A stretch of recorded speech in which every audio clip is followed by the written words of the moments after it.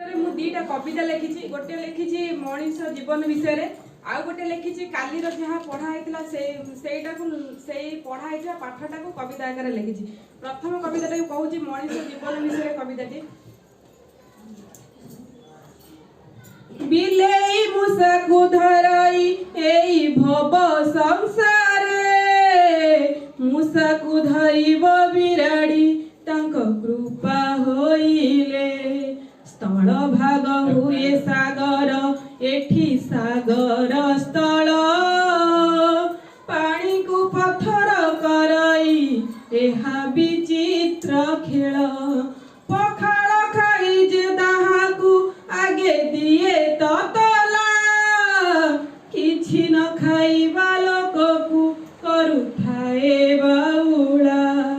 ନାଇଁ ନାଇଁ ଏଠାରେ ଅଛି ସେ ଥିବ ଭାବରେ ଥାଇ, ଏହିଭଳି ଖେଳ ଖେଳାଇ ଏହି ବ୍ରହ୍ମାଣ୍ଡ ଗୋସାଇଁ।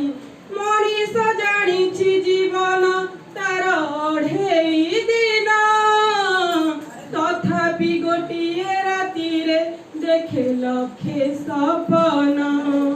ମଣିଷ ଜାଣିଛି ଜୀବନ ତାର ଏତେ ଆଶାର, ସରଗକୁ ସିଡ଼ି ବାନ୍ଧିବ ବୋଲି କରେ ବିଚାର।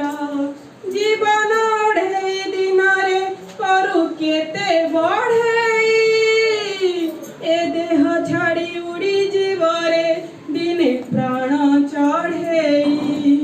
ଜୀବନଟା ତ ହାଟ ସଉଦା ସରି ଯିବାକୁ ହେବ, ସଉଦା ସରିଲେ ନିମିଷେ ଦଣ୍ଡେ କିଏ ରଖିବ।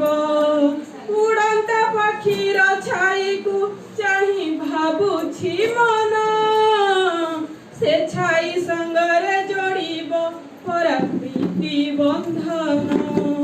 ତେଣୁ ଆମେ ଯେତେ ଦିନ ବଞ୍ଚିବା ଭଲ କାମ କରିବା।